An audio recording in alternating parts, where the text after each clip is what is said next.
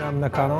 I'm from Japan. I was born and raised in Takayama, which is a very small town in Japan. And started my career in Ibaraki, working for the restaurant also named as Kisaku. I really like the name of the restaurant I used to work for in Japan, so I asked them to use their name as my restaurant. Basically means easygoing, frank, down to earth. Yeah, that's what I want to be. Miso soup is it's a soup widely served in Japan, pretty much with any kind of meal. Like I usually eat with my breakfast, almost any kind of dinner combination, lunch combination. It's a family food, it's a home cooking. So if you eat 3 times at home, you definitely have 3 times a day.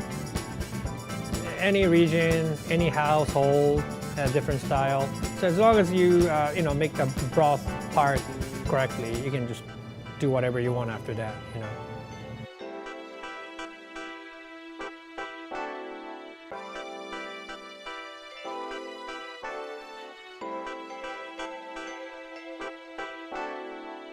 You actually start the water with the kombu in it, and then you want to boil the water with the kombu first. Kombu actually contains a lot of the amino acid that give you a depth of the flavor that the bonito itself doesn't give you. So adding a kombu in it, it gets a little bit more body on the soup. When you see enough kombu's flavor in the broth, you add the bonito in it, and immediately turn the heat really weak. Otherwise, you boil it with the high heat a long time. The bonito give you a little bit of the kind of bitterness. That's just basically heart of the Japanese food. You cook most of the food with dashi. So you cook vegetable, you cook with dashi. You make soup, you make with dashi. It's kind of soup base. Miso soup usually has some vegetable, tofu or some sort of the vegetable protein. Plus it has no fat. We usually serve it very simple.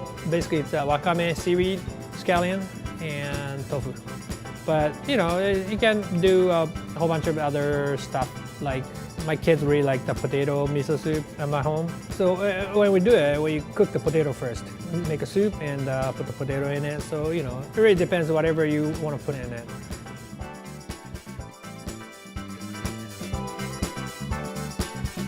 So you simmer it with a low heat while you rest of the process. Then you add some miso in it up to the flavor you want.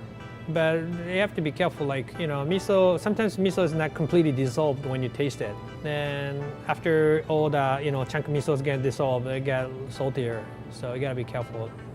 Usually when I do it, I stop before it's completely there. Because, undissolved miso is gonna be eventually dissolved in the soup. Yeah, then, for lunch, for dinner, steamed rice, miso soup, and 1 or 2 vegetable dishes. That's it. So miso soup is a huge part of our meal, anytime.